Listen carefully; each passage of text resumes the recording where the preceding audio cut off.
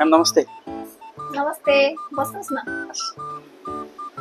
Ma'am मलाई Japan सम्बन्धी बुझ्नुपर्ने थियो, यसो जानकारी दिनु अलिअलि। हजुर भन्नुहोस् न, कुन भिजाको लागि बुझ्न आउनु भएको? तपाईँको एकाडेमिक डकुमेन्टहरू के छ? मैम एकाडेमिक्स त त्यही आसपास मात्र हो, अनि स्किल्स त खासै केही छैन। छिटो जाने माध्यम कसरी होला? छिटो जान मिल्दैन? सुटकेसमा खाँदेर कुरियर गर्ने हो र छिटो हुनलाई? मैम भन्नु न प्लिज। अनि तातै खाउँ जली मरौँ जस्तो गरेर हुन्छ त?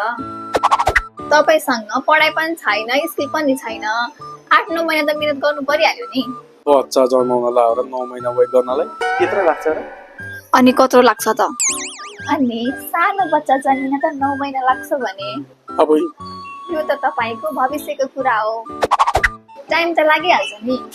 भनेपछि 5-6 महिना पढ्नु पर्यो, इक्जाम पास गर्नु पर्यो, इन्टरभ्यू दिनु पर्यो, इन्टरभ्यू पास गरेर जापान जानु पर्यो, होइन त? होइन, जम्मा 6-7 महिना ल्याङ्ग्वेज पढ्ने, इक्जाम पास गर्ने, इन्टरभ्यू पास गर्ने, अनि त्यसपछि जापान जाने, है त? अनि मैले नि त्यही भने त हो नि। खुसी भएर भन्नु पर्यो नि त।